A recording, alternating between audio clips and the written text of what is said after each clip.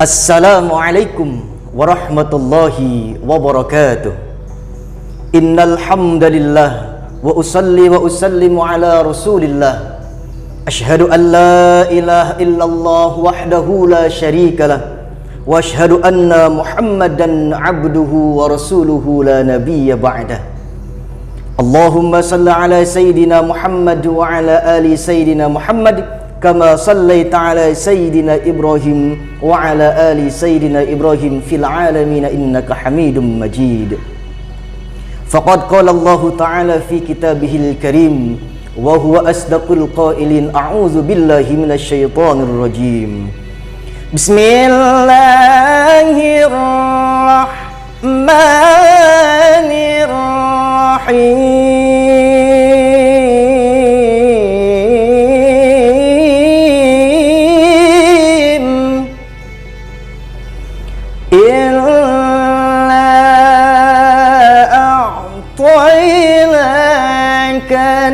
Kautsar fasalli li rabbika wanhar fasalli li rabbika wanhar inna syani'aka huwal abtar.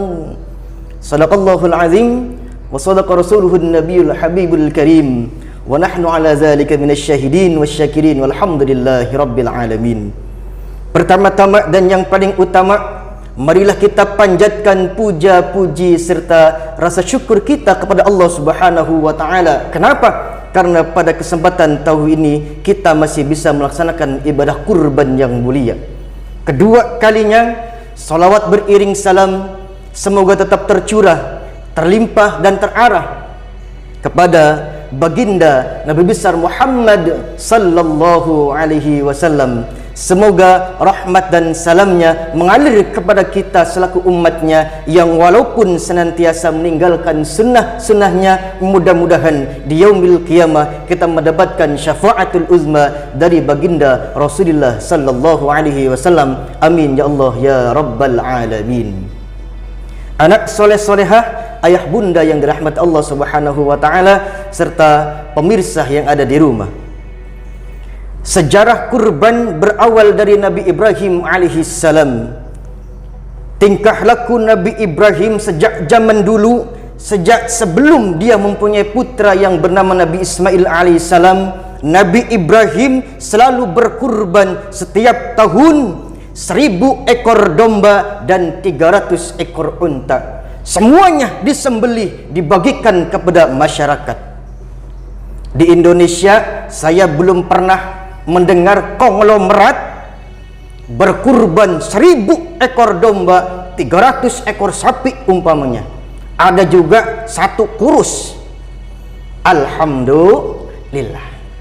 Tapi Nabi Ibrahim alaihissalam setiap tahun menyembelih 1000 ekor domba, 300 ekor unta. Untuk siapa? Untuk dibagikan kepada masyarakat di lingkungannya. Sampai terbersit dalam benak Nabi Ibrahim, jangankan 1000 domba, jangankan 300 ekor unta, jikalau saya punya anak pun, jikalau Allah mau dikorbankan, saya akan korbankan untuk Allah Subhanahu wa ta'ala. Begitu kata Nabi Ibrahim alaihissalam. Biasa kalau orang yang belum punya sesuatu pasti akan janji, pasti akan memberikan sesuatu yang indah. Sama kayak di Indonesia. Ketika seorang belum jadi apa-apa, belum jadi TPR, belum jadi presiden, belum jadi lurah, banyak yang dikampanyekan. Jikalau saya jadi, banyak yang seperti itu. Tapi kenyataannya ketika sudah jadi, pada melempem semuanya. Betul apa tidak? Masya Allah. Mendengar perkataan Nabi Ibrahim alaihissalam, Allah memberikan satu wahyu kepadanya. Falamma balagha ma'ahu sa'ya. Ketika Nabi Ibrahim alaihissalam dikaruniai seorang putra yang sangat tampan seperti Ustadz, Masya Allah. Ketika Siti Hajar yang berusia 80 tahun dikaruniai seorang anak. Bayangkan 80 tahun sudah pasti kebayang sudah nenek-nenek. Jikalau ini mah di Indonesia ada nenek-nenek 80 tahun masih mengandung, masih punya anak balita, apa kata orang? Nenek-nenek ganjet namanya. Betul apa tidak? Pasti seperti itu. Tapi ketika Siti Hajar dikaruniai seorang anak yang bernama Nabi Ibrahim, Nabi Ismail alaihissalam, turun wahyu kepada ayahnya. Falamma balagha ma'ahu sa'ya, ketika putra itu sedang lucu-lucunya, sedang imut-imutnya, turun perintah dari Allah Subhanahu wa taala. Qala ya bunayya inni ara fil manam. Kata Nabi Ibrahim kepada putranya, "Nak Ismail, ayah semalam bermimpi mendapatkan wahyu dari Allah Subhanahu wa taala. Inni azbahuka fanzur madza tara." Kata Nabi Ibrahim, "Wahai anakku, semalam ayah bermimpi akan menyembelihmu. Bagaimana pandanganmu?" Nah, masih kecil Nabi Ibrahim sudah mengajak diskusi kepada seorang anak. Makanya bagi ayah dan bunda, bagi pemirsa yang ada di rumah, ketika ada sesuatu koordinasi dengan anak, musyawarahkan dengan seorang anak. Bagaimana pendapatnya, kita dengarkan. Apa jawaban Nabi Ismail alaihissalam? Qala ya abati fa'al madza tara. Qala ya abati fa'al ma la tu'mar satajiduni insya'allahu minas sabirin. Wahai ayahku, engkau jangan ragu-ragu, lakukan apa yang Allah perintahkan, insya Allah saya akan menjadi orang yang sabar. Kata Nabi Ismail alaihissalam. Masya Allah. Ketika mendengar seperti ini, kisah yang seperti ini, setan mendengar. Kata setan kepada iblis, "Iblis, kamu dengar apa yang dikatakan Ibrahim kepada putranya?" "Oh, jelas, saya kan tetangganya," kata iblis. "Bagaimana pendapat Anda?"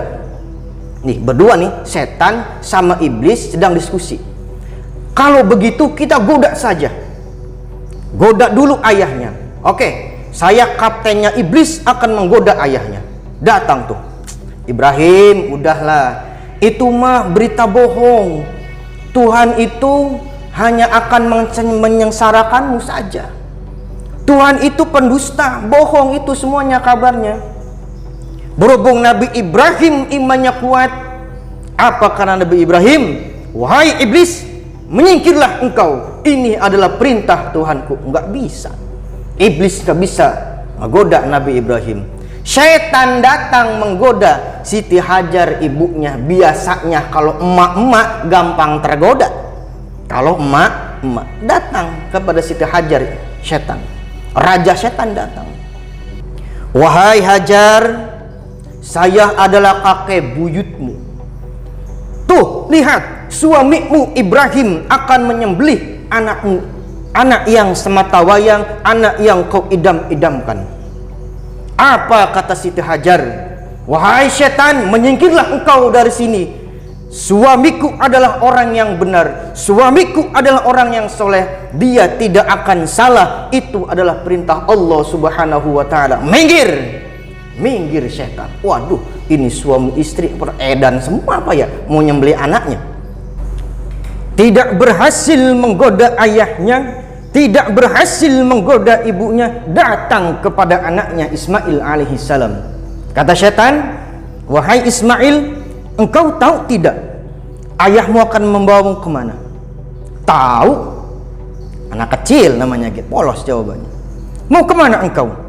"Saya akan disembelih oleh ayah saya untuk Allah Subhanahu wa ta'ala." Kata setan, "Jangan mau Ismail, nanti kamu mati, nanti kamu jadi mayat, nanti kamu jadi hantu, nanti serem." Kata siapa? Kata setan.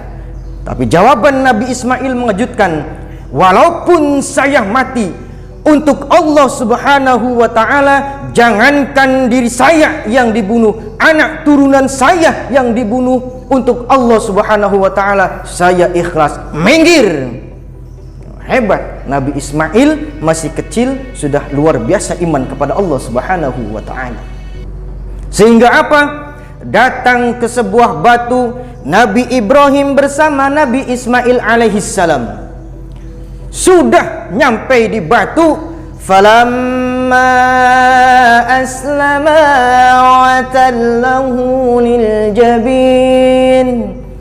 Ketika keduanya nyampe di batu dan kepala Nabi Ismail ada di pelipisnya Nabi Ibrahim alaihissalam, apa yang terjadi? Wa fadainahu bizibhin azim. Allah menggantinya dengan domba yang besar. Allah menggantinya dengan domba yang besar. Kemudian wa tarakna alaihi fil akhirin. Kata Allah, kami akan jadikan sebuah kenang-kenangan keabadian untuk umat-umat selanjutnya. Maka sampai sekarang ibadah kurban ada pada kita. Masya Allah. Itu sekelumit kisah dari kurban yang berawal dari Nabi Ibrahim alaihissalam. Lalu apa hukum berkurban untuk kita selaku umat Rasulullah sallallahu alaihi wasallam? Hukum berkurban adalah sunnah muakkad. Sunnah yang sangat dianjurkan oleh Rasulullah sallallahu alaihi wasallam.